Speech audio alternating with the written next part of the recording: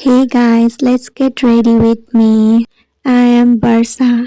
मैले चाहिँ skin care गरिसकेँ सनस्क्रिन एन्ड मोइस्चराइजर. मेरो चाहिँ मोइस्चराइजर पाइन लागेको छ. मोइस्चराइजर सजेस्ट गर्नु है त.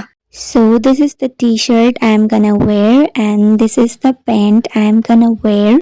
So let's see. voila मैले सोचेको भन्दा चाहिँ एकदमै राम्रो देखियो. I really like the outfit and it was giving summer vibes.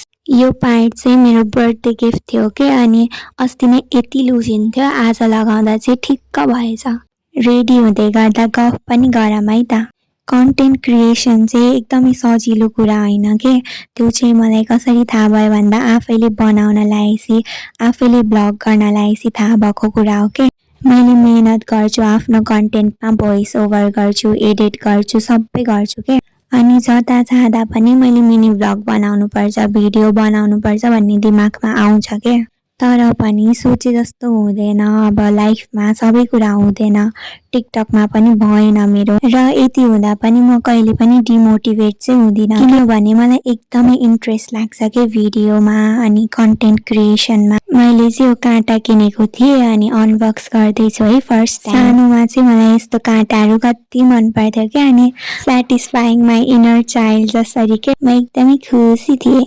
अनि सानोमा चाहिँ म कस्तो थिएँ भन्दा क्यामेरा देखेपछि फोटो खिच्नै पर्ने के. मोबाइल दियो भने मैले कति हजारवटा फोटो खिचिसक्थेँ. आजकल चाहिँ मैले खासै खिच्दिनँ होइन फोटो. तर मेरो पुरानो मोबाइल छ के. पुरानो मोबाइलमा मेरो यति धेरै फोटोहरू छ नि. Like I use to take pictures of mine every single day के.